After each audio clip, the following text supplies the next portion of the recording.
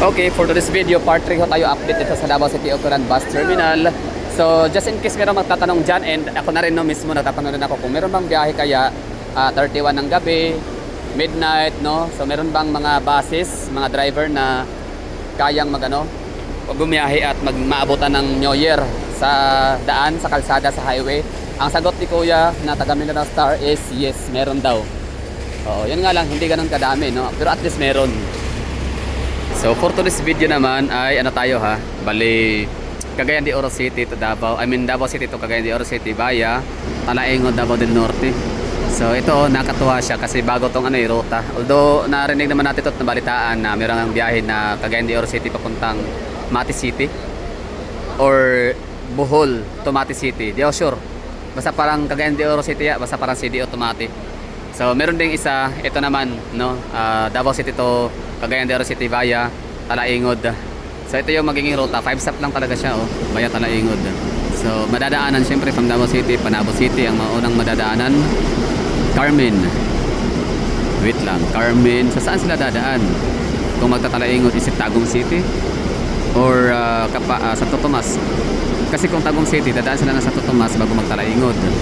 Pero kung kung mag-Tagum City sila, so maaring Panabo, Carmen, Tagum City, tapos Asuncion, Kapalong, and Talaingod. Alam ko yung lugar na yan ha. Tapos kung naman Santo Tomas, kung Carmen, so dapat nakalagay dito no, na Panabo, Carmen, Santo Tomas, tapos Kapalong, maliit na porsyon ng Kapalong, tapos yun nga Talaingod, tapos Bukidnon na. So wala pa tayong nakita ditong conductor o driver. So syempre matatanong natin yan mamaya. At syempre tanong natin yung travel time, tapos yung difference sa pamasahe compare sa via Bukidnon, via Buda. So maaaring dito rerouting no, kasi rerouting siya kasi meron di bang nag-landslide na kalsada na highway sa Buda area. 160 ang iyang kuan, mas mahal no sa via Buda unta. Kaya ang biyahe Buda pinagay ito 875 via Buda. Ang travel time sa kalahian paras lang. O sana bago na siya nga ruta o rerouting lang tungod sa landslide? Okay. Kay di ba na po 'to yung ruta nga Cagayan de Oro City papuntang Mati City na O yun, Cagayan Mati. Sabot pa sabot ka na siya nga ruta via Talaingod, temporary na siya. Okay, thank you Koy. Pamasahe 800 pesos plus no. So gawin na natin 900 keep the change. So siya 800 plus ang pamasahe. So ang travel time is magkakaparehas lang sa via Buda. So ang nangyari, bakit nagkaroon ng ganyan na ruta na via Talaingod? Kasi nga rerouting, so tama ako. Rerouting siya dahil doon sa nangyaring landslide somewhere in Buda. Buda area ba yun? Maramag. So yun po yun. Tapos Panabo, Carmen. Pero hindi sinabi nga kung Santo Tomas or Tagum City. Pero tansya ko Tagum City yan. Wait lang, tanong natin para sure. Grabe, sobrang busy ng ng mga trabahante. Driver, conductor, dispatcher, operator, ano ba tawag dyan no? Inspector. So sobrang busy nila dito na area. Kaya hindi natin agad-agad mahanap at makausap. Pero yun na yun no. Cagayan de Oro City via Talaingod.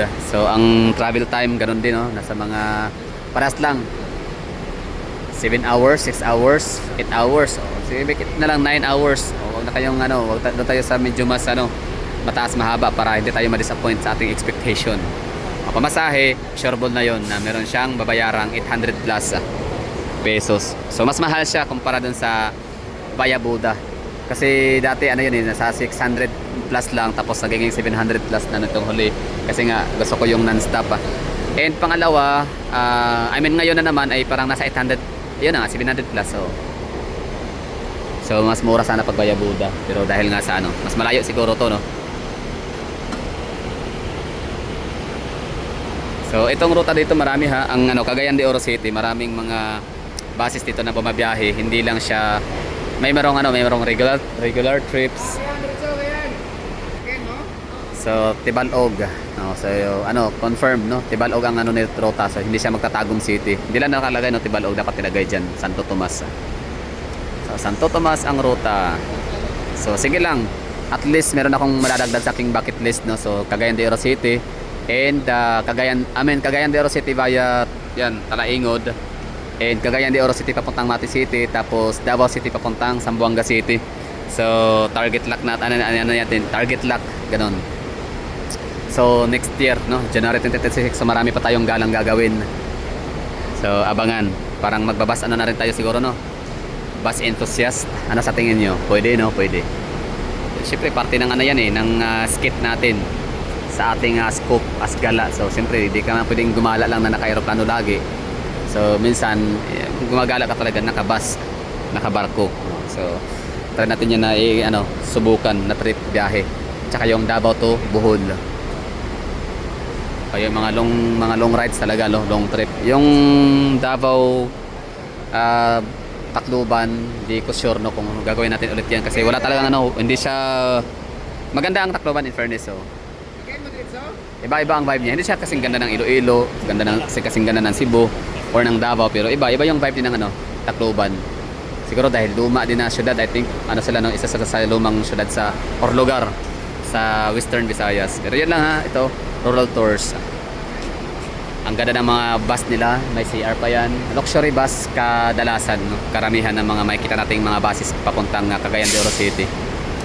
So ganyan kamahal, no? Bias itong si Riz Yamson Group of Companies kasi mas inuna nila bigyan ng mga gandang unit. I mean, okay din naman, deserve din naman ng mga taga CDO at Bukidnon, pero bakit yung mga taga Davao Oriental, Davao del Norte, Davao de Oro, taga Caraga region, di ba? Bakit nila yata hindi parang medyo luma, no, yung mga buses. Mamaya makikita naman natin. Although meron mga bagong unit, ganyan yan. Pero mas marami talagang mas wow. Wow talaga ang ang Mindanao Star, mas wow ang rural tours. Mindanao Star naman papuntang Socsargen, Barm and Socsargen area. So di hamak na bias nga nitong si Yamson Group of Companies. Ang gaganda ng mga bus nila, oh. So Cagayan de Oro City lang ang Sakalam and Jensan, ganyan, mga Marbil, Tacorong. So okay na tayo dito sa mga uuwi ha. Huwag kalimutan ang mga charger, power bank, huwag kalimutan ang mga cellphone, pera, o okay lang ito lang pera cash kasi digital naman na tayo ngayon. Meron ka lang ATM at saka o di kaya GCash, may internet. So okay lang, pero bad trip ako sa Valencia City, Bukidnon kasi gutom na gutom ako sa Jollibee. Siyempre kampante ako sa idea na digital na tayo ngayon, so cashless. Aba, hindi sila tatanggap ng card or GCash, wala. So need mo talaga mag-withdraw.